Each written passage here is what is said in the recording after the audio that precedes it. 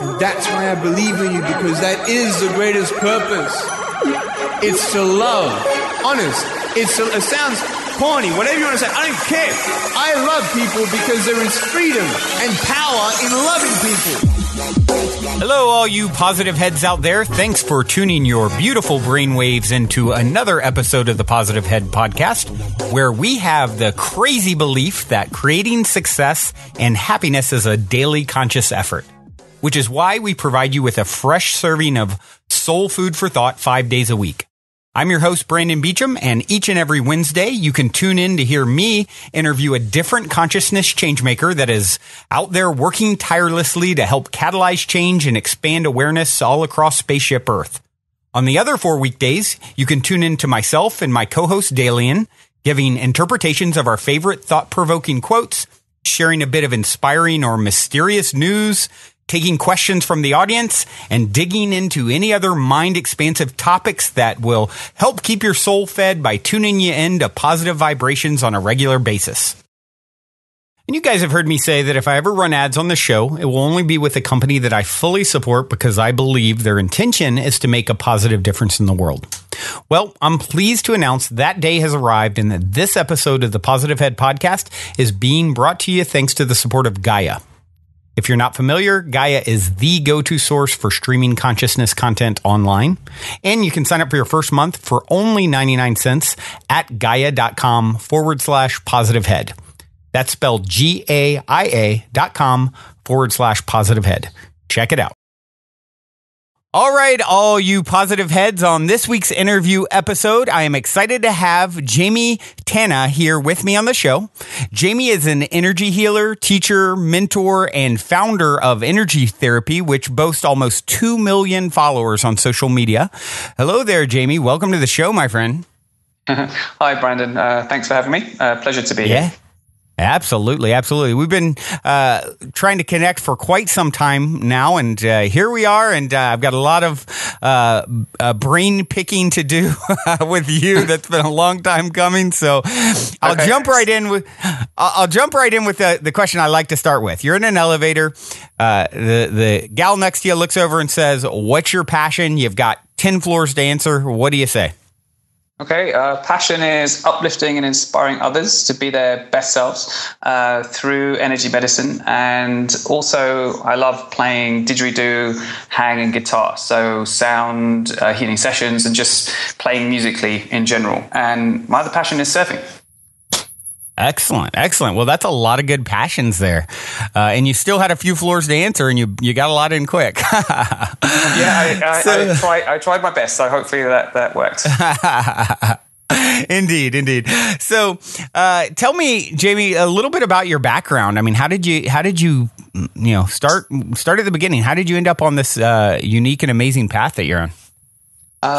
Okay, it's actually quite a long story, so I'll make it succinct and to the point, and hopefully people will resonate. I actually come from a professional background, so I kind of went to university. I actually trained to be a lawyer, but didn't want to become a lawyer. And I lived in Spain for a couple of years. I went to international school there. I was in Barcelona and then Madrid. And I came back to the UK and got into the advertising industry.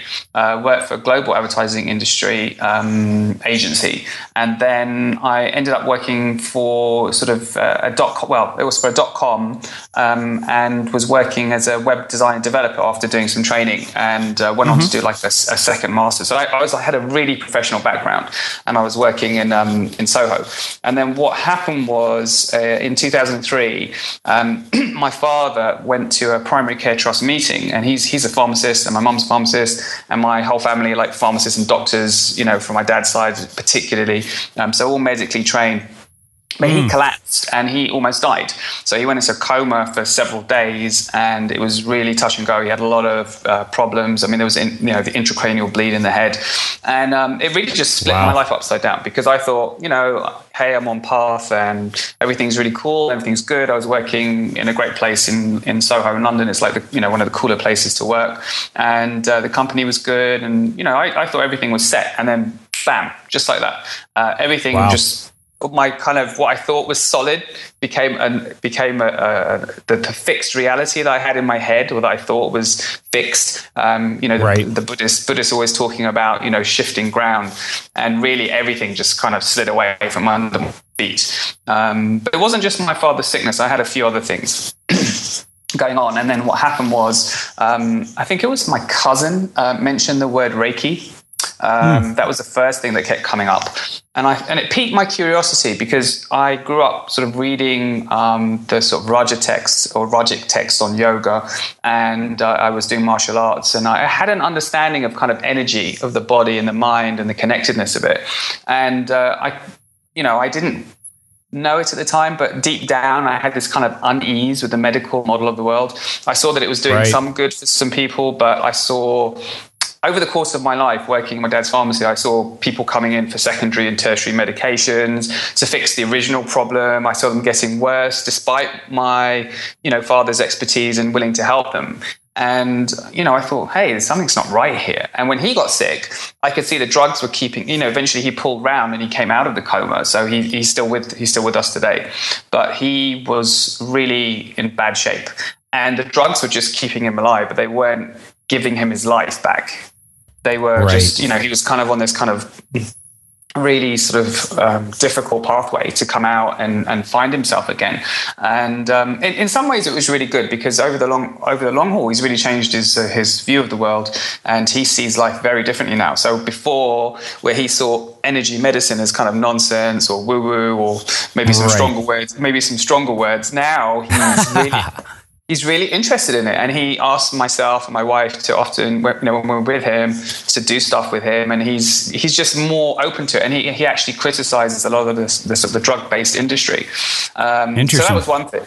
Yeah, so that was one thing. And then the other thing was, I had a personal accident. So I had I think it was a go-kart. Yeah, I know it was a go-karting crash. So we're classed as an RTA, road traffic accidents. That's what the doctor put. But basically, I had severe spinal damage, had whiplash, severe whiplash, prolapsed disc in the lower spine. I mean, there were some days I was walking along and I couldn't actually take another step because it was so bad. Wow. And then it was excruciating pain, tears running down my face, and when I sat down and stood up, and on top of all of that, so this is what I would call a limit situation. The company that I was working for in Soho got bought out, picked up, and relocated out of London. So the sort of the nice half-hour commute I had from my kind of my home, which was in Zone 2 in London, into Zone 1, became a nightmare 2-hour journey one way, and 2-hour journey back the other way. And I said to my boss at the time, I said, look, I can't do this. But he said, look, you can work from home 2 days. But even with going in 3 days a week, it was so stressful. It was like the worst ever. And I thought, God, do I really want to continue down this pathway? Do I really want to give away my power and not have control over my life? So that all those things really combined to propel me into what I'm doing today. But it came out of a really strong core awareness of trying to help my father, and also trying to help him. I suddenly woke up and I was like, all the training that I'd done previously in sort of yoga and martial arts and all the reading I'd done, it just came into flooding into my awareness, and then I was having the practical experience of it. So I launched energy therapy in 2005 now, 2004, 2005. And it's going strong today. Yeah, you've been at it a minute then. Yeah. It's really interesting how these sorts of apparently negative events in our life can so positively alter our path, because who wants to spend 4 hours a day in traffic? It's like a part-time job, right? Well, actually, it was on a train. I had 2 trains, a tube, and a quite a long walk on either side, and one was through a car park and a ditch. So it was actually, in some ways, it was worse than sitting in a car. I mean, both are bad actually, but it was a lot of changes. And then I don't know, have you been to the UK or to London? I have yourself? not. I have not. Okay. I have not. It's definitely on my list to-dos, but as of yet, haven't made it there. Okay, London's a cool place, but during rush hour, I don't know if you've seen pictures of the tube and people trying to get on the London Underground, but quite often I think sheep in those kind of small containers have more space, and literally there is no space to get on. And people sometimes, I've seen people pull people and throw them off to get on. I mean, it's a bit of an insane place. And so when you're changing from one train or tube and it's peak and say there's a delay, it's even worse. So whilst London is cool and it has a lot of great stuff to offer in terms of sort of lifestyle and relaxation and getting to work in a peaceful way, if you're kind of doing the London commute, you may find somebody may find it's not so easy actually. Yeah, definitely creating some energy therapy potential clientele, right?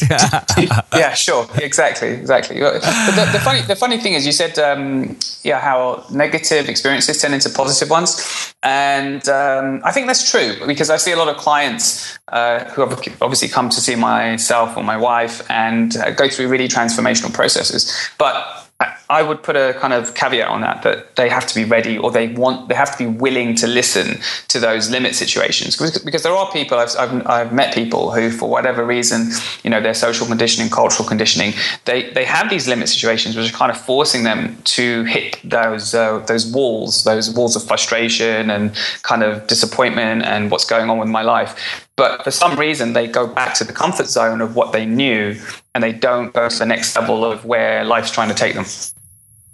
Yeah, absolutely. So many people stand on the sidelines out of fear of the unknown. They can't see more than one step in front of them, and it completely frightens them and paralyzes them into sort of staying stuck. And so every time I hear a story like your own where someone sort of got outside of that box, and I've of course had multiple people who have a similar, it seems it's such a recurring theme in people in this sort of realm of work. And I think it really lends itself as an inspiration to those who are out there and still on the other side of that fence and really would like to sort of uproot their life situation, but are sort of paralyzed in fear because it's easy to do. I also think it's really interesting how you talked about your father, and I love seeing how traditional medicine, I couldn't help but think of even my own parents. It seems like this older generation, whether they're in medicine or whatever it may be, it's just this recurring theme of people becoming more and more open-minded. Whereas I can reference my own parents, where a few years ago I would talk about plant medicines or, any sort of this sort of stuff. And it was looked at with a scowl and, oh my gosh, drugs and, are you crazy? All these things. And now there's like sort of this open, at least with my mother, there's sort of this open-minded sort of approach. And it seems to be really percolating out there on all levels with people. They say you can't teach an old dog new tricks, but it seems to be happening. Well, I was going to say they probably still think you're crazy, Brandon, but yeah, true. They're talking about it behind your back, and they're going, well, they've got a bit of a point, so I guess I can't argue too much. Yeah, that's cool. That's great to hear. Yeah, I totally agree with that. That there's definitely a shift in the mindset, and certainly in terms of what I would call consciousness. There's this real grassroots movement though, because the interesting thing is that I call it medical authority, because quite often people say, oh, energy healing or medicine. The common thing that people ask myself and Jennifer is, oh, it's not real, or it doesn't work, or they read like one article or something debunking it from some rubbish site like skeptic.com, very low consciousness sites which have nothing to do with truth. And the funny thing is people equate that with science, but actually it's not science. It's actually the opposite. It's like trying to keep the status quo by disparaging the seeking of truth. And the interesting thing is that the real scientists who are doing the work are actually finding proof of how this works. And there's lots of evidence for it. I mean, it may not be to the taste of the people denying it, but the interesting thing is there's loads of evidence for it. So it's quite laughable. So I don't refer to it as scientific evidence against it anyway. I always talk about medical authority, because it's this kind of overbearing, patriarchal authority that's kind of trying to suppress it all. But the funny thing is the wellspring is bubbling up from literally the earth, the surface of the earth, and the people.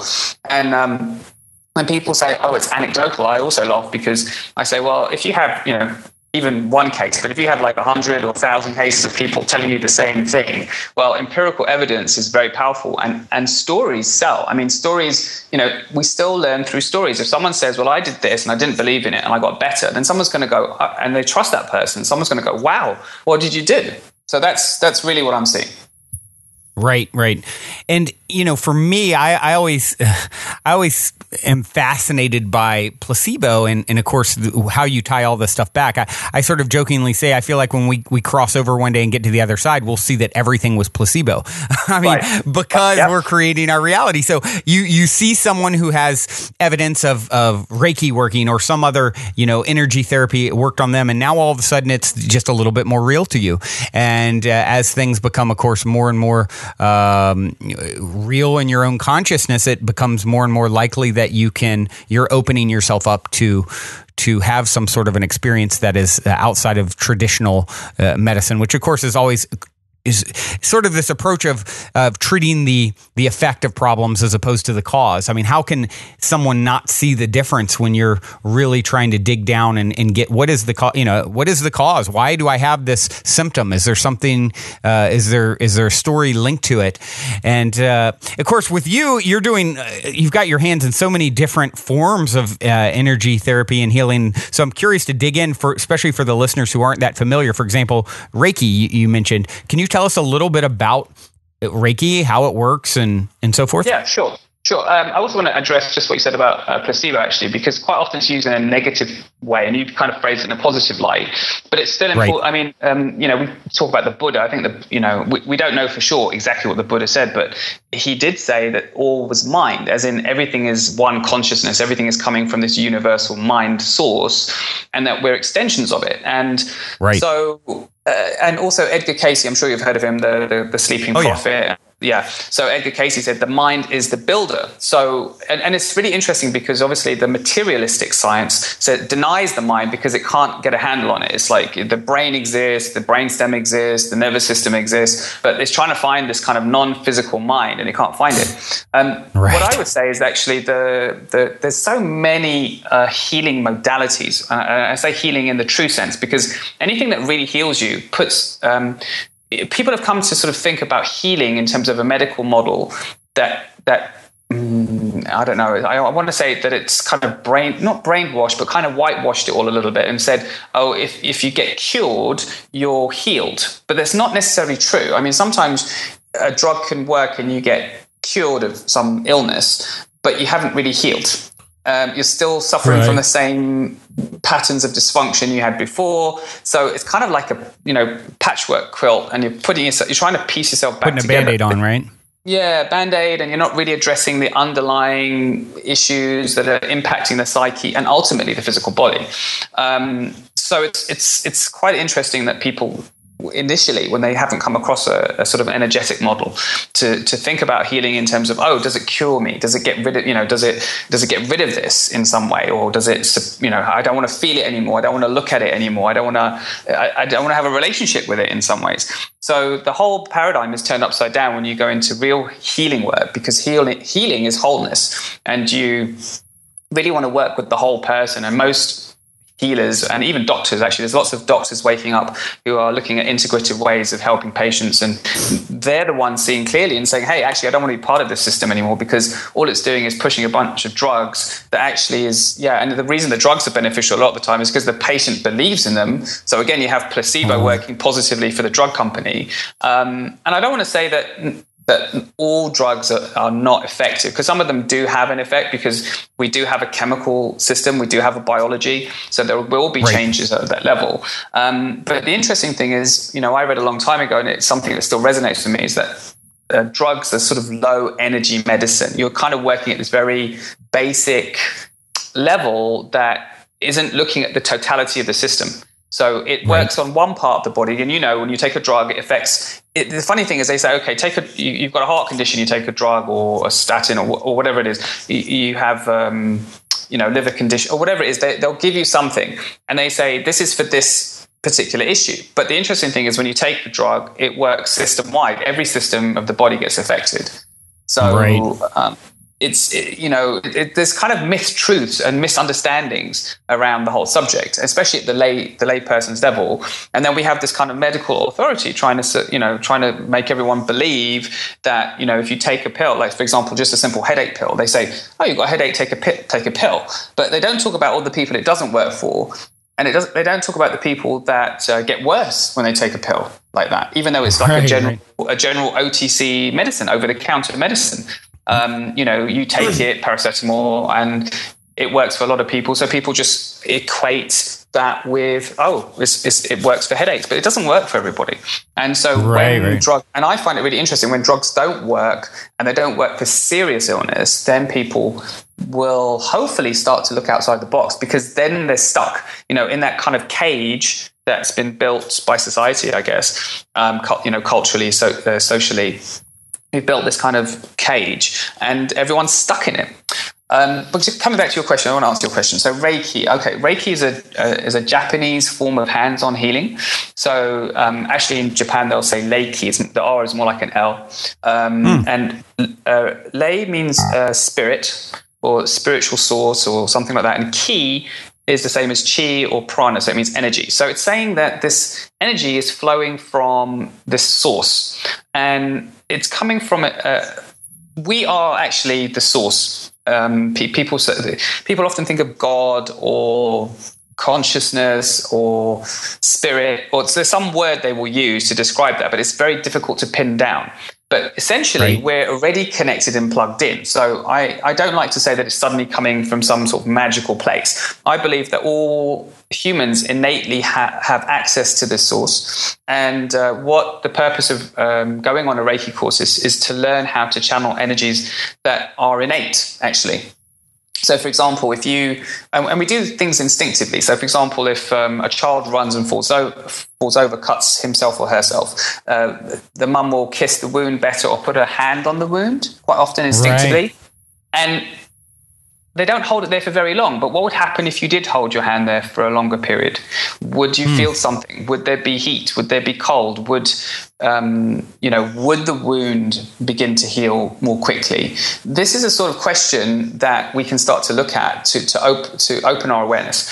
And really, Reiki is working with that. It's like quite often we walk around in our bodies, but we're disconnected from them. So, I've got into the habit now after many, many years of just kind of, putting my hands on different areas of my body, like my solar plexus or my heart, or maybe I'll hold my hip or my legs or solar plexus, wherever, lower back, anywhere really that my hands want to go. And I'll feel energy flowing into that area. And it's a very, very subtle thing because, if you think about your breath, how often are you conscious of the rhythm of your breath? The quality of the inhale, the quality of the exhale. How deeply are you breathing into the lower centers? These are all very subtle things that make a big difference over the course of time. But Reiki is really an inner technology that one can access through, I would call it meditation. It's a form of meditation. It's a form of healing. It can be many things. The thing I love most about Reiki is it's a good place for people to start because you don't need any external tools. You just need your own hands, your own breath, your own body, and a willingness to learn, really. And then by sort of going inwards in terms of your consciousness and connecting with the kind of, being more aware of your body, I guess. So not being what I would call a talking head. A lot of people are sort of stuck at the neck level.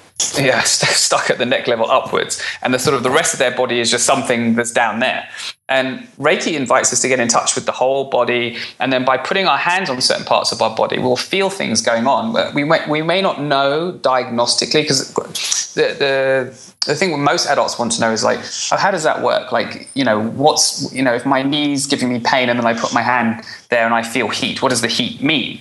And actually, one of the things that's counterintuitive is not to label, like a doctor does or the scientists do. Sometimes in energy work, it's just more useful to just watch the flow of awareness, watch the flow of energy, and let the energy go where it needs to. And it's kind of the body has an intelligence that's self-balancing.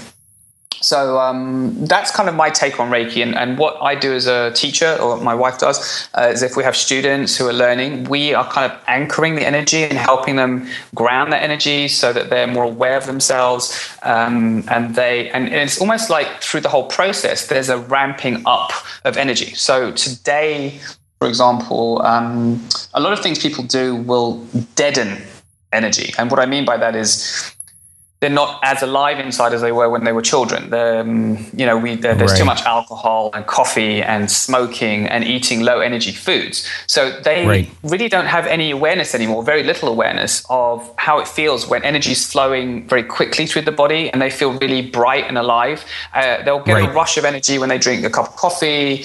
They won't call it that, but they'll just feel better or feel like a bit of a lift. And they'll feel different when they drink alcohol. But, they're changing their moods through sort of substances. But Reiki's changing things at a deep internal level.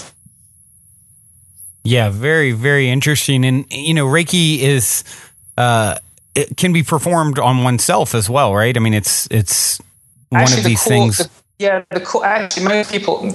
Yeah, even when we had people come who were like, I suppose, nurses or other energy practitioners in other fields who were coming to them, we would always say to them, actually, no matter what your level, when you learn it, it's for yourself initially, is to heal the imbalances in your own psyche and in the body.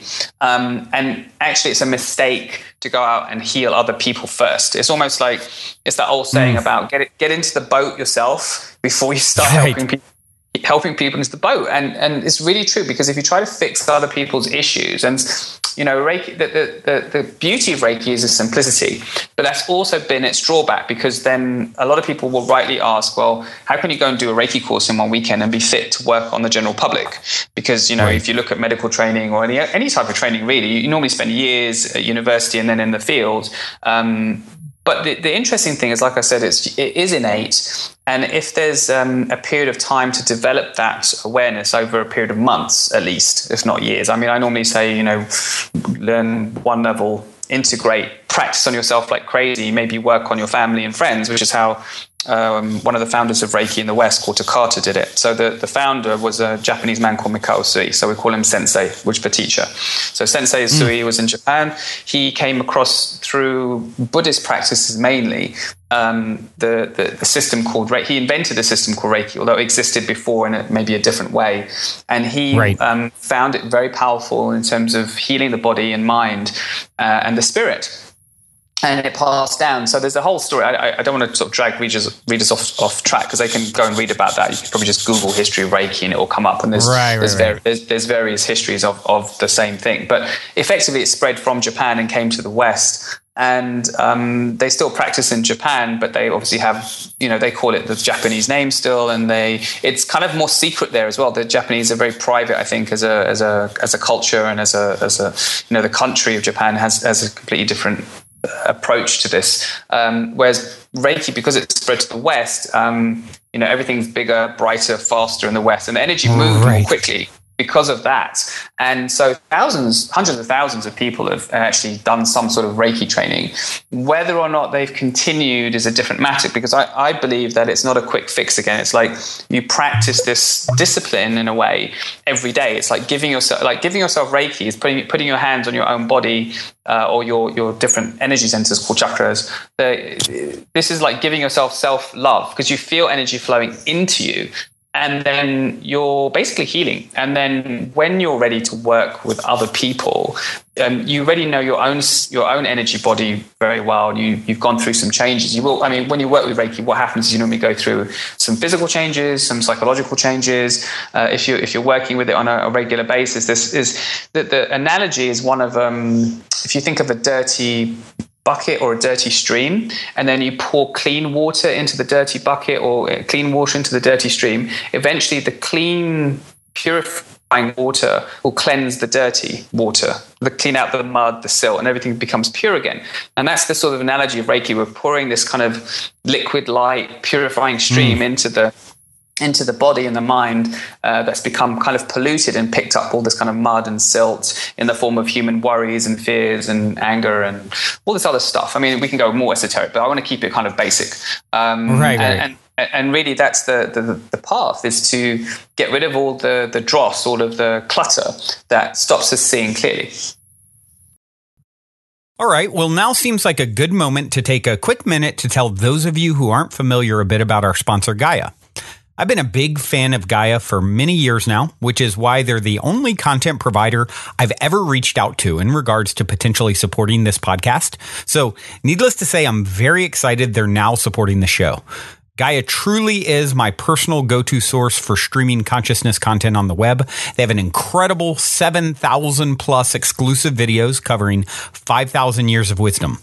Just to give you an example, on the show Missing Links, the incredible researcher Greg Braden explores all the biggest questions concerning who we are, where we come from, where we're going, by connecting the missing links between science and spirituality to complete our understanding of humanity's history and to better understand the interconnectedness of all things. Awesome, right? And that's just one example. As you guys constantly hear me say, it's a daily conscious effort to maintain an elevated vibration. And if you're looking to go deep down the rabbit hole to do so, then Gaia is the best place I know of to do it, period. And you can sign up for your first month for only 99 cents at gaia.com/positivehead. That's spelled GAIA.com/positivehead. Check it out. Very interesting. So what type of other energy therapy treatments do you offer? I know there's multiple things that you Reiki just being one of them. Maybe you can give us like a little breakdown of the different ones that you offer and sort of the different sort of circumstances where you would maybe use these. Yeah, sure. The different modalities kind of can be applied to different people, I guess. So some people are attracted to one more than another. So at that level already, there's kind of like a choice being made. But a lot of them are very similar. One of the ones that I was most fascinated to work with, and I was a teacher for many, many years of a system called spiritual response therapy. And again, for me, it was very similar to Reiki in that it connected with the spiritual source of things. It kind of was going inwards in meditation and asking to connect to what I would call the inner self or the high self, this kind of inner awareness that's very expanded and kind of knows everything. So it's almost like when you work with this or Reiki or anything, you get these flashes of insight or intuition that's quite often bang on accurate, and then it can be verified in some way through external means. But the interesting thing about the SRT or spiritual response therapy, it's a form of dowsing. Now, most people think of dowsing, if they've heard of it, as dowsing for underground minerals or water. Ley lines. But actually, dowsing is a tool for consciousness. So it's like, it's probably one of the most powerful tools I've come across, because if you can put your mind in neutral and not have ego attachment, you can pretty much have a two-way conversation with the universe. So if you think of the universe as, I suppose, God, you've probably heard of the book Conversations with God by Neil Donald. One of my favorites. Yeah, which is amazing, right? So for me, this is kind of this two-way communication with God or spirit or the universe, and it's non-verbal in a way, because a lot of the stuff that comes through is intuitive or it comes in a way that isn't, you can't box it, I guess, and then you have to kind of translate that information into real terms. But one of the fascinating things about working with dowsing is you can check for energy blocks in the aura or the human energy field. You can connect non-locally to people at a distance. So I regularly use it in client-facing now. I mean, my kind of online practice took off, and I had clients from all over the world contacting me for clearings or called healings that would clear the human energy field, because it would clear it, recharge it, balance it. There would be what I call a negative program running. I want to use that term loosely, but we run programs. We run programs that impact the physical side of us, that impact the mental health side of us. And these programs,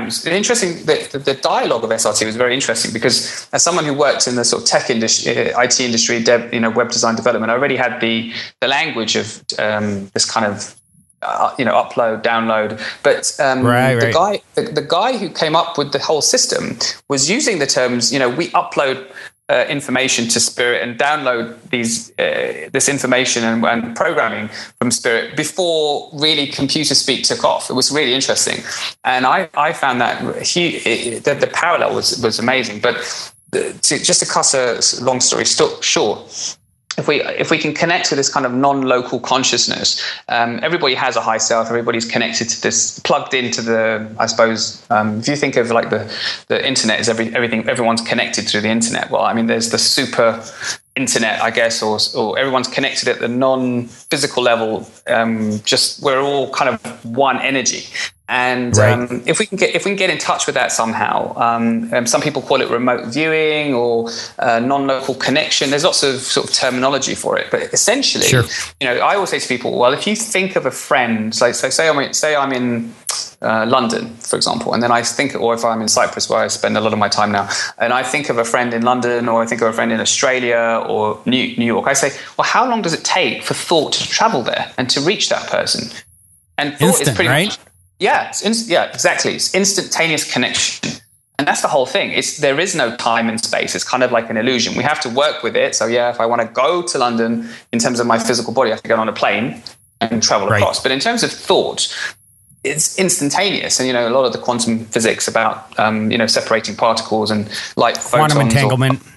Quantum entanglement, exactly, and photons changing. You change one, and it's separation, but the other one changes instantaneously, and stuff like that. It points to the non-physical human reality, because the skeptics always say, "Well, you've got a physical body," and I say, "Yeah, well, if I get a knife and I cut myself, I'm going to bleed. I'm still human. Just because I can do something that is supposedly paranormal or beyond the normal." Doesn't mean that I stop being human. I'm still human. So it's like both realities exist simultaneously. And anyway, SRT was really interesting to me because you could clear the organs and glands of the body. You could ask for healing to be applied if there was pain. I mean, I know you were going to ask me about a healing story, so I'll just jump ahead. Like I have so many healing stories. So I was working with... I love stories. Stories are probably my favorite thing on the show. So share as many as you want. Okay. There's a couple of really interesting ones, and they come under kind of, I suppose they would be under the realm of, paranormal, because they're just not fitting into the society's normal box, right? I had a client come to see me, and she recommended that her partner come and see me. And he was like a rugby player and a football player, and he was really, butch, and he didn't really believe in sort of energy medicine or anything like that. And with the spiritual response therapy, I just kind of dowsing and clearing energies without touching that person. It's not a hands-on treatment like Reiki. So I can do this over the internet. I can sit on a call with a client using Skype, and I can tune into their energy field. I don't need to have them in person. And he said, I've got this severe injury, and I can't really lift my arm that well, and it's a rugby injury, and you can't fix it, basically. So he said, it's not going to change. But the interesting thing was, he'd come to see me for, I think it was some other stuff. I can't remember what it was now, but some maybe emotional stuff going on, some psychological counseling and bits and bobs. But he didn't really believe that this would have any effect on him, like physically. So the interesting thing is, we booked a follow-up session. And I said to him, well, I'll just have a look at the shoulder and see if there's any programs causing you to still maintain, that kind of injured, I suppose, state. Because, when you injure yourself, the body will lock into a certain pattern. And there was some sort of dysfunction there that what I would call my high self showed me. So I said, okay, please clear the energy and rebalance and charge that part of the arm. I mean, I can do more physical stuff on the body and off the body, but this was purely like he was sitting in one place and I was sitting in another. And there was, from his perspective, I wouldn't have done anything to him. So anyway, he went away and he came back, I think, a week later, and he just sat there in sort of silence for a bit. And he was completely stunned, because when I asked him about the shoulder, he said he could lift his arm, all the pain had gone, and he was just like, he didn't really know where to put. Yeah, he didn't know where to put it, which was so. I felt, You sort of dissolved his whole paradigm. His whole view on reality. Now it comes into question, right?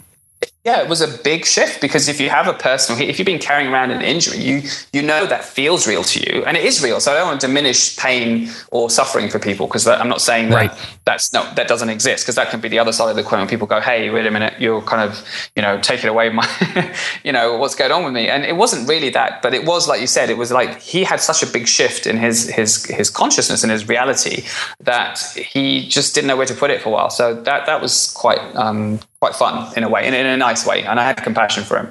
And then I've got a couple of other stories which are quite fun. One good thing was I had a senior doctor come to see me who was hoping to have a second child.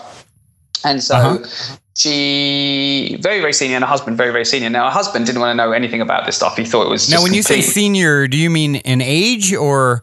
Oh, no, senior, as in very senior, medically trained. Right. Okay, just making sure, just clarifying. Yeah. Sorry, I should have clarified. But she came to see me, and she couldn't get pregnant initially. So we did some work and helped her conceive without having to go down the IVF and all that kind of stuff. Wow. And everything was progressing well with the pregnancy. And then unfortunately, I think it was like 7th or 8th. It was quite late in the pregnancy, 7th month, 8th month. It was pretty close anyway.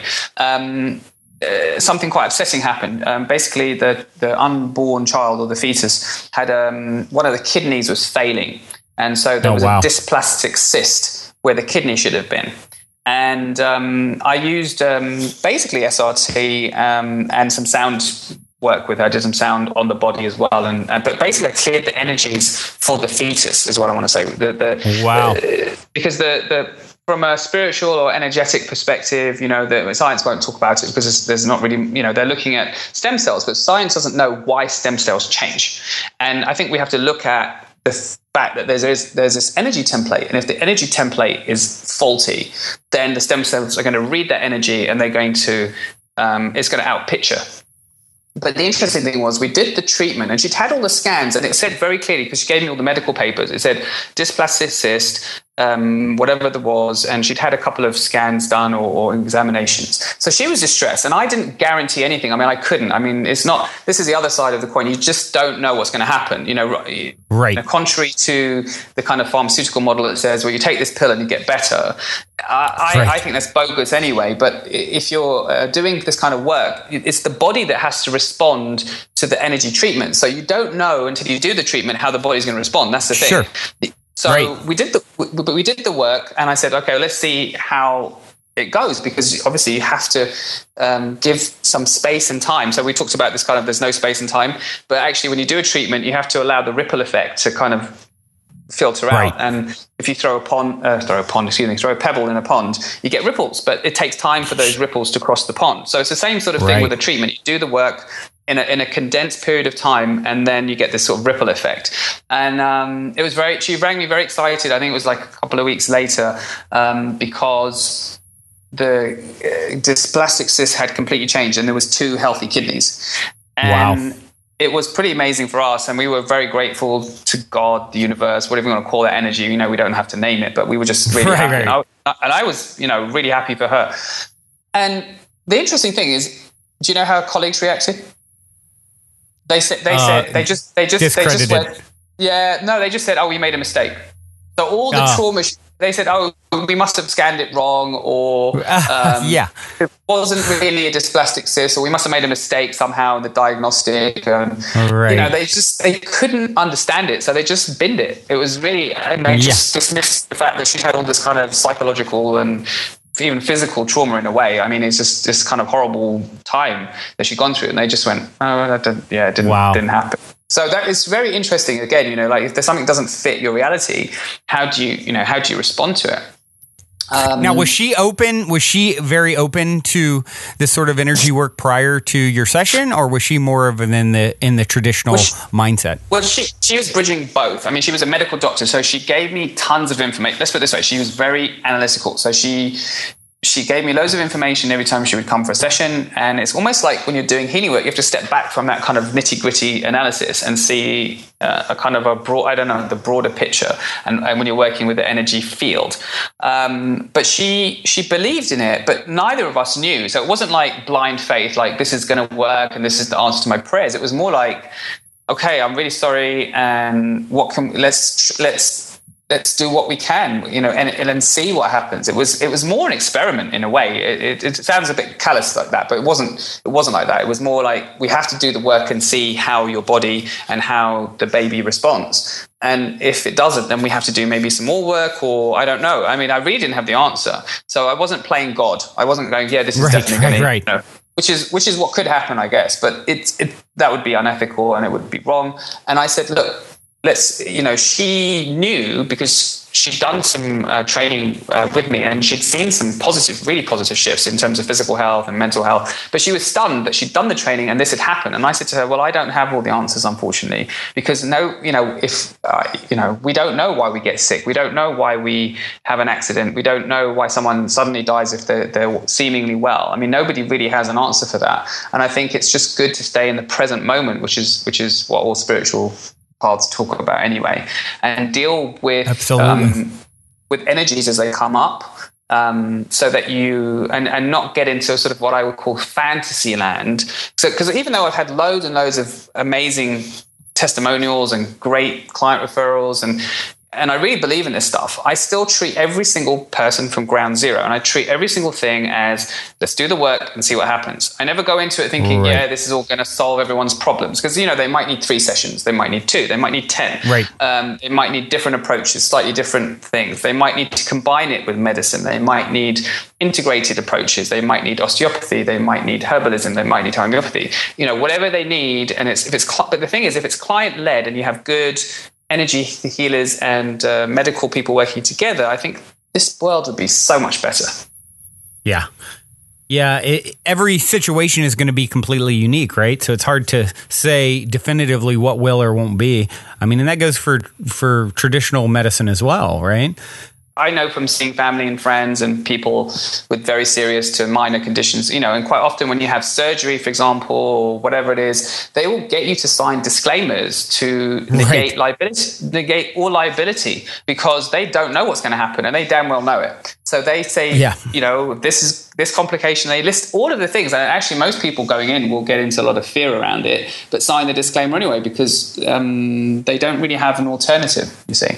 So I believe medicine has its place where there's acute situations, like trauma, and you've got the A&E or the ER in America, you call it. But there's certain times where medicine definitely has its place. But for example, chronic, long-term illnesses where people are just kind of taking the same stuff and getting sicker and sicker, and they're not even looking at nutrition, they're not looking at energy work, this is where we need to change big time.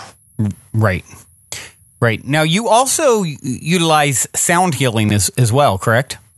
Yeah, sound healing is really fun. Yeah, I mean, my wife and I, we're yoga teachers, and we incorporate a lot of sound when we're doing classes now as well. But we can also do sound healing work with the voice, and you can use musical instruments. So people often have heard of, people know that in general, I would say, like there's music we all like and listen to that puts us in a good place, and there's music we don't like. So there's things that resonate and things that don't. But ultimately, sound is a frequency that has an impact on consciousness, and it impacts our physical well-being, our mental well-being, our emotional well-being.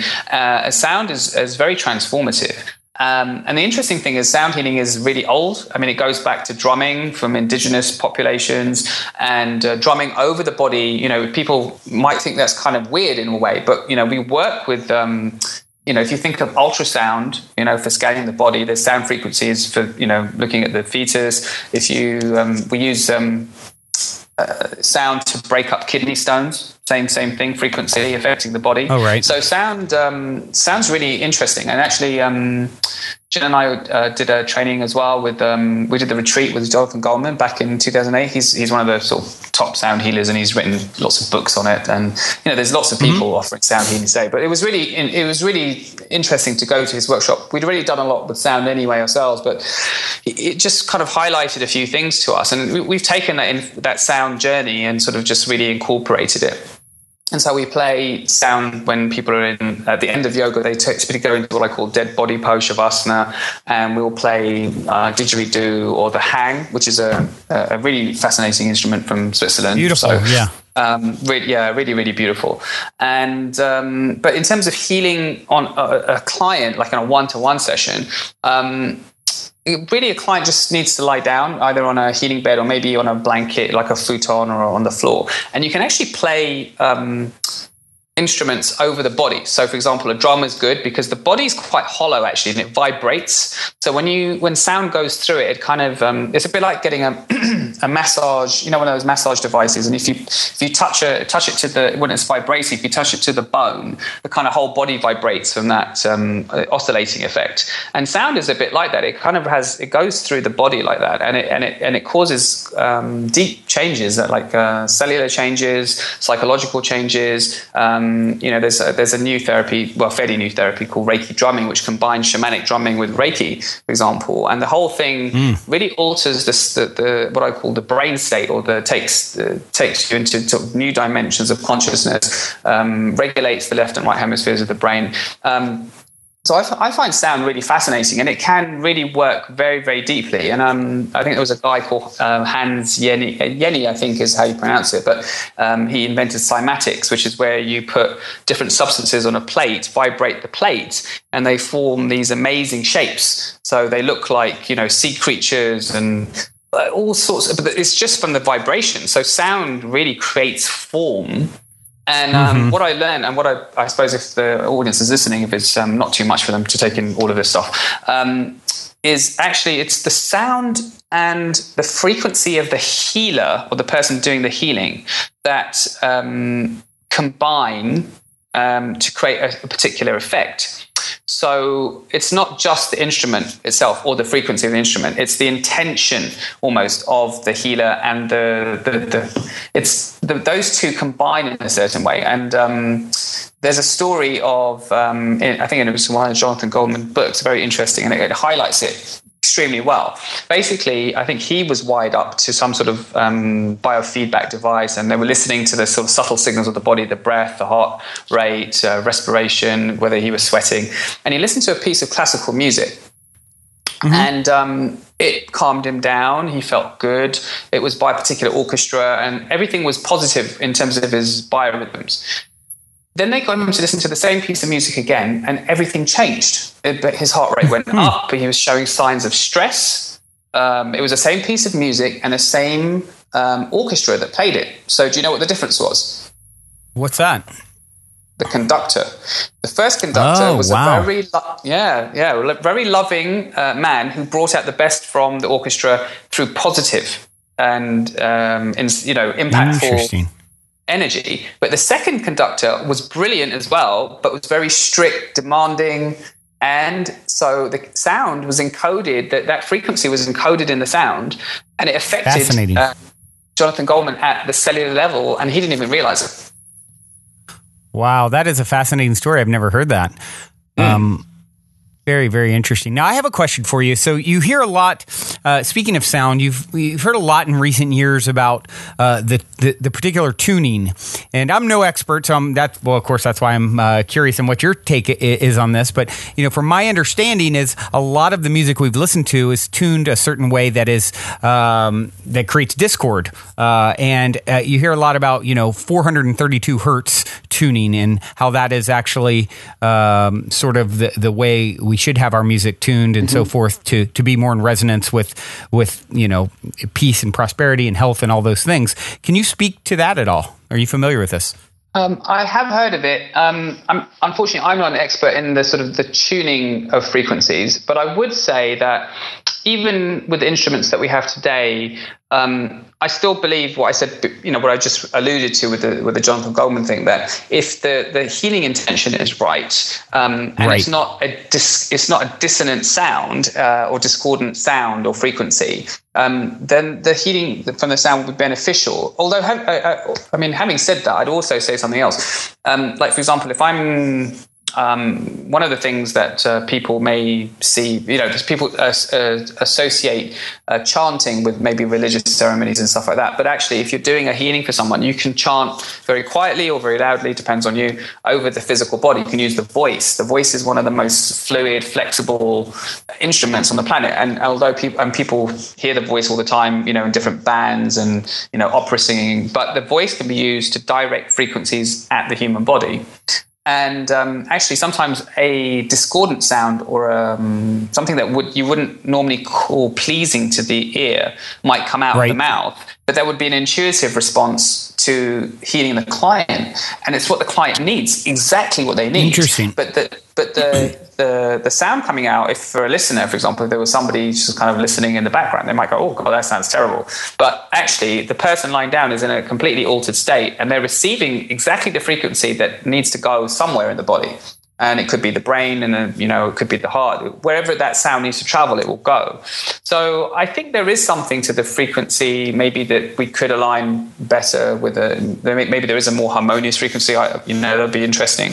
But I think with what we've got, the frequency plus intention leads to a particular outcome. So that's really the key. I think if we go back to the intent, it's almost like as well, if you look at singing bowls, like Tibetans, we play singing singing bowls and with the different metals. And a lot of them were created, certain ones are, there's a lot of crap out there as well, to excuse my French, but there's the ones that are quite expensive and that you would spend time trying to find. The handmade versus the machine-made bowls, right? Yeah, and they have been made with a certain intention.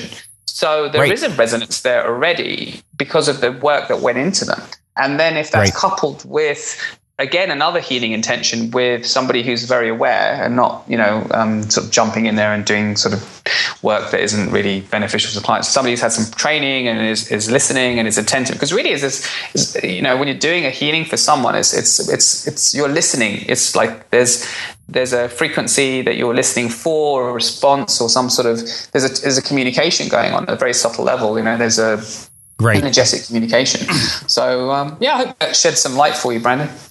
Yeah. I think it's really one of the greatest takeaways from this conversation so far, anyway, is that conductor story. It's really fascinating because it really gets to the root of it all. What is the intention of the person involved? And that dictates everything. That is like 90, it seems like that's 99% of whatever's going on. And the rest is sort of just filling in the gaps with some sort of activity or ritual. I just find it so fascinating. Well, I would, everything that I've said, I've seen it in my work, and that's why, for example, before I do anything, my primary alignment is what's my intention for my client, and quite often I'll ask clients, what do you want out of the session, and we'll talk about it. And so it's setting the ground is something that has been lost in the allopathic model. So the medical model is just kind of go in, diagnose you, and get out most of the time. There's something that's a big thing's been lost there, really a big thing. And often, what's really fascinating as somebody who works in this kind of, I would still call it an emerging field or re-emerging field, because I believe that we've fallen in consciousness somehow. And I think if we traced our roots way back, to the ancient Egyptians and maybe further back, or the Mayans, there were ancient spiritual technologies in healing that probably, I think, far surpassed what we have today. Right. And we're kind of, we kind of have this audacity to say, because we've got all this technology that we are spiritually advanced and we can, are healing. But the funny thing is our advances in technology today, for example, in terms of iPhones and, gadgets and communication, that's advanced hugely. But medicine, has it really advanced that much? I think there's a misconception that medicine has advanced as much as people think it has. I think if you look at the stats and the crisis that we're in, you can see very clearly that it hasn't. So the only reason people still believe in it is there's this kind of the mainstream media churning out what maybe the power players want to hear. In the background they're pulling the strings a little bit, and so people are ingesting this information and they believe medicine is great and this technology is great and this is the new exciting drug that's going to save all our lives and problems. And actually if you look really carefully, you can see that it's not. Yeah, and of course, when you have here in the States anyway, a system that's based off of, for profit, it's just such a, such a twisted approach to dealing with health and well-being. And, of course, it's not that way in a lot of places. And we're behind. There's a great doctor, actually. She's written a couple of really fantastic books. I think if I remember it rightly, her name's Suzanne Humphreys, and Waking the Dead, and she's a classically trained doctor, and she talks about how everything is backwards in the medical world, and how she gave up a really privileged position of earning, I think it was between 150 to 300,000 pounds or dollars, a year, and when she questioned certain things about the medical model, she was slammed down because of authority, and there wasn't that willingness to look and see properly. And then she came back she said, what's the intention of all this? And it's to serve the client or the patient. And she said, no, it's to make money. They just in their cushy jobs or making money, and money is the main driver, but it's an unconscious thing. So unless you wake up spiritually, you don't even see it anymore. So for example, if you look at C-sections, they've massively increased. Now, she said in her book, and she said, we don't need that many. If we need to do them, we can do them. But they're on the rise anyway, because, she didn't say this personally, but that was one of the things she said, that she went to Nicaragua where women or midwives were giving births, were helping women give birth. And the women that were giving birth didn't really have any, the hospitals lacked all the facilities and care, the proper care. But these midwives were so experienced that, say the umbilical cord was around the baby's neck, they would just manipulate it, turn it around. If it was breech birth or whatever, they could just deal with everything, and hardly anything went wrong. And she said it was really, really rare to actually need a C-section. But if you look at today's paradigm, it's almost like they want to give women a C-section. They want to inject. They want to do things that are fear-based and create stress on the woman. And create bills. Also, and there's also, they get money for it, and they're also on a time. I don't want to sound callous, but they're also like on a time schedule. If you have to wait for a natural birth, they don't really know when that's going to happen. If you can book a C-section appointment, well, when you're in and out, right? Yep. So it's but it's so great to see so many people sort of waking up to this reality and sort of stepping outside of the system and having natural births, and it seems to be becoming more and more prevalent. Thank goodness. Yes, that's a very positive sign that the grassroots movement is still very much alive. Everyone's waking up, and so despite this kind of heavy top-down, authoritarian, you will do as I say, we are changing things through action and education. Education and following the path that feels right to us, because we've, a lot of clients that we see know what they need or what's wrong with them intuitively at a deep level. They know. So the job of a good healer or doctor or whoever you want to call that person is to elicit or draw out, what's inside the person, and to kind of cooperate with them, not to kind of impose your will or your, because I always say to my clients, if it's not your truth, you should tell me, and we should, or just, if I say something that doesn't resonate, put it in a box and maybe, don't discard it, but retrieve it later. If it doesn't have resonance for you, then it's not your truth. We need to work in a cooperative way that working with you at that deep level, that has to have resonance, right? Absolutely. And this brings up an interesting question or thought. There seems to be this sort of tug of war, or two sides of the same coin. On one hand, a lot of people think there's sort of a spiritual crisis happening, another sort of a spiritual revolution. What are your thoughts? Both?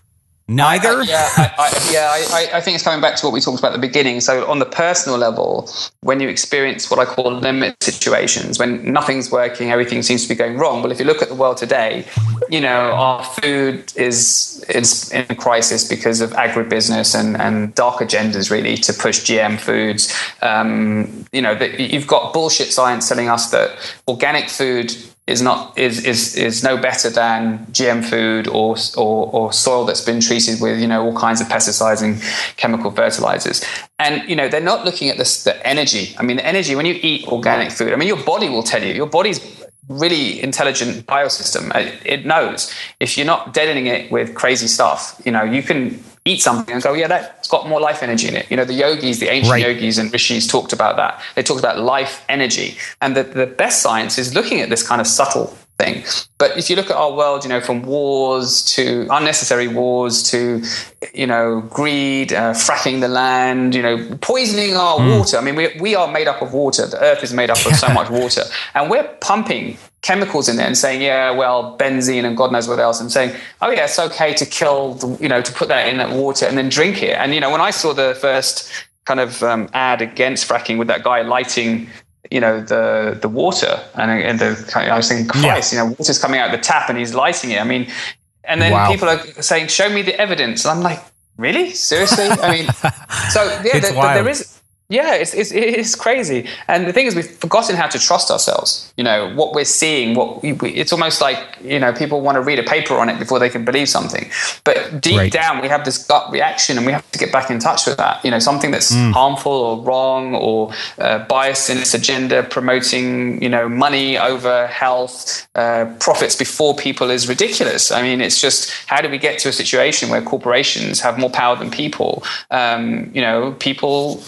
We're here to serve each other and create a better world. And it's not going to do that through evil and greedy corporations. Corporations really are a reflection of consciousness. Eckhart Tolle talks about that the ego has kind of filtered out, the negative ego has filtered out into all these kind of institutions and structures. And they need to dissolve. So the only way they're going to dissolve is if we wake up and then we say, well, actually, we're not happy with this structure that we've created, and we dissolve it and create a new one. So but the spiritual crisis is really happening because if we rely solely on, for example, a lot of people ingest a lot of negativity through mainstream media, like the TV, the internet, news. They just kind of, they'll just look at it. I want to be in touch with what's going on in the world. But the interesting thing is, if you've got no way to channel that information in a positive way, you just ingest it and it just sits in your sort of psyche and you kind of feel a bit uneasy, a bit depressed or sad or angry, something, so people are, I think flipping is the word, they'll go to the sports section or they'll go to the movies, they'll drink a load of alcohol. There's some ways to play the Xbox, whatever it is, they'll try and numb the pain, but all the time they're ingesting this kind of negative, toxic information, which is affecting them at a deep level. And with spiritual revolution, what happens is you try and make a difference. Jen and I, we basically get information from more positive sources. So say, for example, charities trying to do meaningful work. So they highlight the problem and then they give a solution, or they invite you to donate. It doesn't have to be a lot. Or share information. They'll say, can you share this with your friends? And then we'll post something on our, energy therapy Facebook page, for example, or we'll write an article in a newsletter. And say, for example, with GM foods, like Monsanto, for example, trying to stop people having, or farmers having seeds, for goodness sake, and patenting seeds and all kinds of nonsense. And they would say, like, well, craziness. Absolutely crazy. And just actually evil, which is the word live backwards, right? L-I-V. So Right. And that's kind of what it is. It's living life backwards. It's just become to this crazy, topsy-turvy, ridiculous position, endorsed by government and then sanctioned by law, which is just nonsense, really. I don't even want to go into it. It just makes me a bit mad, to be honest. But we say to people, well, why don't you grow your own food? Growing your own is really important. You can have better quality produce. It's fresh. When you pick it, the energy, the life energies in there, so we need to ask ourselves, simple day-to-day, because sometimes what happens is when people look at the world, it's so overwhelming, there's so much chaos and there's so much destruction and negativity. So it's really important to concentrate on what is positive. That's the first thing in the world. Try and ingest some positive news stories, for goodness sake, and not then, read all the negative and then just down copious amounts of alcohol or play on your Xbox or numb yourself in front of the computer. Try and ingest something positive that shows the forward movement of society and humanity. And then also, if you do read something negative, try and think at an individual level, well, how could I change that? Or how could I say a prayer, if you're spiritual or religious, do something positive and meaningful that turns the energy around. Don't just sit there with it and let it kind of fester. Right. That's kind of our message, really. It's just like, what can we do? And every day, just something meaningful. I mean, and when we all need a break as well. Like Jen and I, there are times where we're a bit overloaded and we've got so much going on, and we just say, okay, well, we just need to take a day off. And that's fine. We can take a break. We don't have to save the world all the time. But I think it's really important that we step back and we see the bigger picture, we see the positive, and we help each other. And we do, this kind of like pay it forward, random acts of kindness. It just makes such a huge difference because all those ripples going out into the world. But if we sit there and we just kind of read the trash, the gossip magazines, the papers, and we just, I don't know, they just have a knack for just bringing out the worst most of the time. I mean, there will be positive in there for sure, but there's so much negative in our kind of bias. There's a bias, and so it's really sad. I aside from when there's the Paralympics or Olympics or some positive event, they're quite often polarizing and judging and blaming, all the stuff that actually, as you walk along the spiritual path, fear-mongering, as you walk along the spiritual path, you need to let go of it at the individual level and then at the collective level. So it's really about turning that around and saying, well, actually, I don't want to ingest that anymore. This is not good food. It's poison. Right. What can I do to change my world? And if I read something negative or hear something negative, do I really need to hear it at this time right now? And what can I do about it? How can I change things? So there you go. Absolutely. And, your comments really lead me to a thought. Is there any, and I know there's not just a simple blanket fix for anything or anyone, but curious for people, especially those that are somewhat new to some of these concepts and energy healing and energy therapy, is there anything that people can do to sort of treat themselves that you would recommend? I'm, a beginner and I want to have some sort of a ritual or practice. Is there anything that comes to mind that would be beneficial to the listeners? Yes, absolutely. I think we spend too much time cooped up in cars, in front of a computer, even inside our homes, and not enough time in nature. And nature, walking in the mountains, going swimming in the sea, walking barefoot on the grass, grounding, having some stillness where we're not listening to talking on our phones or listening to our iPods or iPhones or whatever your Samsungs and whatever handheld devices, whatever your choice is anyway. But we're kind of wired all the time. We're sort of plugged in, but that's ironically disconnecting us somehow. And I feel that nature has the frequency of healing.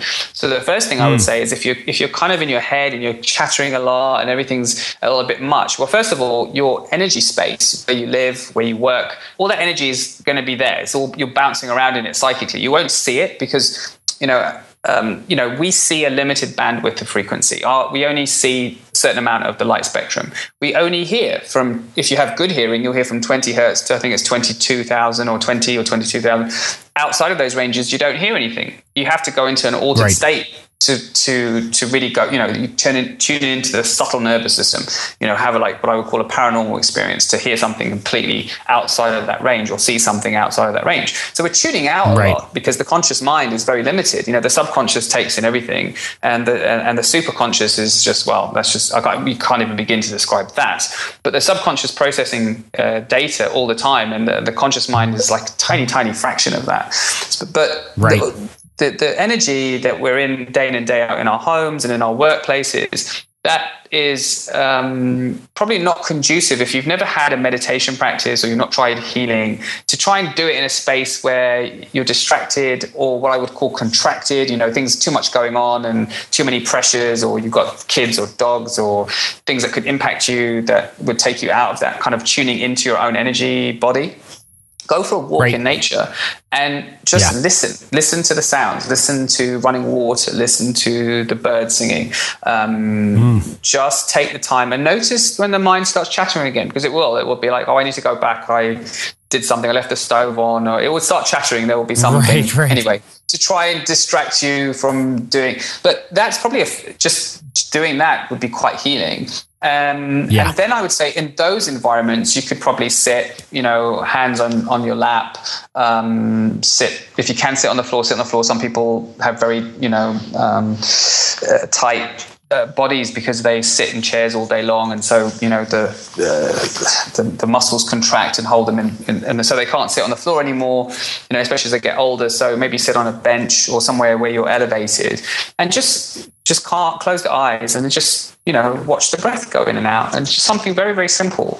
Maybe put one hand on the heart. You can put it on the physical heart, but you could put it in the center of the chest. This is called the spiritual heart. So you could put one hand on the spiritual heart, the center of the chest, one hand on the belly, where most people don't even touch their belly unless they're kind of patting their tummy after a meal. So put your hand on your belly and just kind of breathe and feel. It's called putting awareness in your hands. So put your awareness in your hands and feel the energy, the warmth or the cold, the coolth of the hands, whatever's going on there. There might be tingling. You might even feel pain. I mean, if you feel pain, don't freak out. It's like an energy response to something. Maybe there is something going on. Maybe if you get that response in your body from self-healing, maybe go and see a doctor and get it checked out. It might just be a temporary, blip. But the body is very responsive, and I think people are afraid of that as well. So I would also recommend, finding a good like meditation class or a yoga class. Find something you can plug into that will support your journey, because the interesting thing is, if you haven't built a solid practice of meditation, I used to meditate even when I was working like a 9 to 6 job or whatever. And I made it like a daily habit. I didn't break it. And I've just carried that on throughout energy therapy. And now it's just my whole life. But if you don't have that practice, it's good to have other like-minded people that can support the journey. And it's good to have that kind of focus where you've got an experienced teacher, because the teacher, if you're in resonance again with them, if you like them, sympathetic with them, if they've got a story that's relatable, if they've got an energy that you like, they will their frequency will help yours. It's like, 2 tuning forks. One tuning fork helps the other one come into resonance. Right. Absolutely. Well, great advice. What's next for you? I mean, what's the best way for people to connect who would like to, maybe get a session or just follow your work? Oh, okay. It's really easy. Jen and I, as you pointed out at the beginning, we now have a Facebook page, which is our main platform for social, and we post loads of inspiring messages there, articles from health partners. We write articles now. We're sort of ramping up, so people will be taken from Facebook back to our energy therapy site, where there's great articles on consciousness and healing and paranormal stuff that's very relatable actually, and healing, client stories. So if you go there and if you're on social media, if you go to Facebook, we'll just come up in your feed. I think Facebook's changed the algorithm, so I would say if you want to receive stuff from us, I think there's a drop down. You click on it and say "see first" in your news feed, and then but you can change that at any time. That's fine. But we post a lot on there. You can also sign up for our newsletters from the website. So if you go to www.energytherapy.biz, there's you'll see it on the homepage, sign up for our newsletters. And we use Constant Contact, so it's like a professional marketing tool. So you can unsubscribe if it's I know people get overloaded with stuff as well. So, completely... Right. They can sign up and unsubscribe, whatever's good for them. In terms of healing sessions, there's a lot of information on the website under online sessions on the top nav. So there's Reiki, there's spiritual response therapy. It explains everything. There's also a bunch of testimonials under the testimonial section, so people can read about different clients. There's some good information there about what they were dealing with and how the healing helped them. And really, if we're spending a lot of time now. We're originally Londoners, so we were in the UK a lot. We're lucky actually to spend a lot of time in the Mediterranean now. So we spend a lot of time in Cyprus, and we teach yoga. Oh wow! Right by the sea. We do outdoor yoga, amazing energy and sun and all the elements, wind, sea, fresh air. It's just really beautiful. So if you're ever in the Mediterranean and you're in Cyprus in particular, we're more than likely to be here teaching yoga by the sea. So you can find our emails or our web. There's a web form actually. Probably best to just send us one there. Contact energy therapy or come straight through to us or give us a call. And we have a bunch of actually great workshops, courses, and retreats that we run from time to time in the UK and Cyprus, and we're also planning to roll this out in Asia and Australia and America in the coming season. So probably, maybe next year, maybe the year after, we'll see, because it takes a lot of time to plan the events and get the, everything. Sure. Event management is such a big thing. But we have a great dowsing workshop coming up in Cyprus. When is it? The beginning of October, the 7th, 8th, 9th. And a friend of ours who's a Hay House author and an expert dowser in causative diagnosis. So she works with doctors and A-list celebs and stuff. I'm working as well to run the weekend. So I'll be teaching about healing and clearing and balancing the energy field. And I'll be working with Elizabeth Brown. She wrote, it's a great book. So if you haven't read it, Brandon, definitely check it out. Dowsing in the 21st Century. Beautiful. Like that. I'd love to. Yeah, maybe I'll even look to get her on the show or something. Yeah, get her on the show too. She's absolutely brilliant with lots of great stories, and she's coming over to teach. So she'll be here with us for the weekend. So 7th, 8th, and 9th, and we'll be running. We'll be teaching people how to use dowsing rods and the pendulum and connect with their high selves, meditation, sound healing. It's going to be amazing. So definitely check that out if people. Wow, when is that? That's October the 7th, 8th, and 9th. So that will be in Cyprus. It's seafront location, so it's really beautiful space. Energy is right for the. We've kind of that was the place that felt completely right for us. And then at the end of November, we've got another special workshop, which is going to be sacred sound, and sacred geometry. So I have a very special friend from Bosnia, but he does amazing mandalas, absolutely that really change and transform consciousness. And travels. I mean, he's always on the plane. He's always traveling and teaching everywhere, pretty much everywhere in the world. He spends more time on the plane than anywhere else. And he's a great guy. He's a really great guy. He's a really, really close friend now. And he spends a lot of time in Holland. And he and myself and Jennifer will be teaching.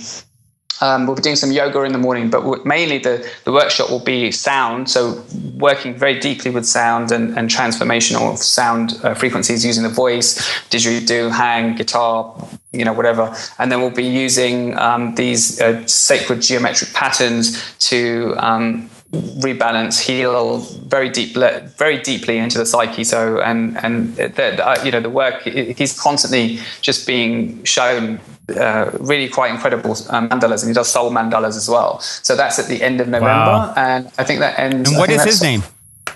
His name is Zlatko Kanda, Kanda. I'm happy to put you in touch as well, Brandon, so we can I can connect you with Elizabeth and Zlatko anyway. So yeah, we have two great powerhouse workshops and retreats at the end of the year. So if people are excited and want to come out, either from Europe or the States or wherever in Asia, wherever in the world, we've still got some places left, so there's still time, and we'd love to have you. Beautiful, beautiful. Well, Jaime, this has been absolutely fascinating to pick your brain. I feel like I could go on and on forever, but we are out of imaginary time for now, as I like to say. Yeah, that's okay. That's fine. I think it's early where you are, Brandon, and it's late over here, so that's okay for me. Yeah. You're ready for bed, and I've got much more to do. But seriously, Jaime, I really am very appreciative and grateful to have been able to connect with you. It's been a long time coming, and we'll definitely have to do it again. And sounds good. I would like to leave. I would like to leave you with one question, though. The question I like to always leave off with: what is the meaning of life according to Jaime Tanna in 60 seconds or less? That's easy. Relationship. Your relationship to everything around you. It's the quantum field, the hologram. It's about how you perceive yourself in relationship, how you know yourself as a being, as a spiritual being. What's the meaning of a life for you is how you relate. That's it. Beautiful, beautiful. Well, very well said. And I definitely, once again, appreciate all the work that you do. And until next time, continue on, my friend. Will do, Brandon. All the best to you. Thanks for your powerful, energy and time and in getting this together for people. It's been great to see you, because obviously we met at the beginning and you said you were going to start Positive Head. So it's great to see you flying, and I wish you a lot of success. Oh, thank you. Thank you so much. All the best, Brandon. All right. Take good care. Likewise, my friend. Well, everyone, that concludes this week's interview episode. If you have enjoyed this positive download, please take a minute, give us a rating or review on iTunes, since iTunes is the holy grail of all things podcasting. Your good reviews help us to reach more listeners. Also, we would be extremely appreciative if you would tell your friends and family about the show. Our sincere intent with the Positive Head podcast is to spread positivity to the world because we're selfish, quite honestly. I say that jokingly, but really only halfway joking. I'm referring to the good kind of selfish based on the knowing that we all get what we give in this life, because when we give, we're actually always giving to extensions of self, since we're all really one in the same consciousness, just in different bodies. So if you want to be a good selfish along with us by helping to spread the positivity, by all means, please proceed to shout about the Positive Head podcast from your rooftop. Otherwise, as you continue on your fabulous journey in this 3D reality, be sure to remember this: as long as you ain't dead, you're already positive ahead. Journey well, everyone, and thank you for being.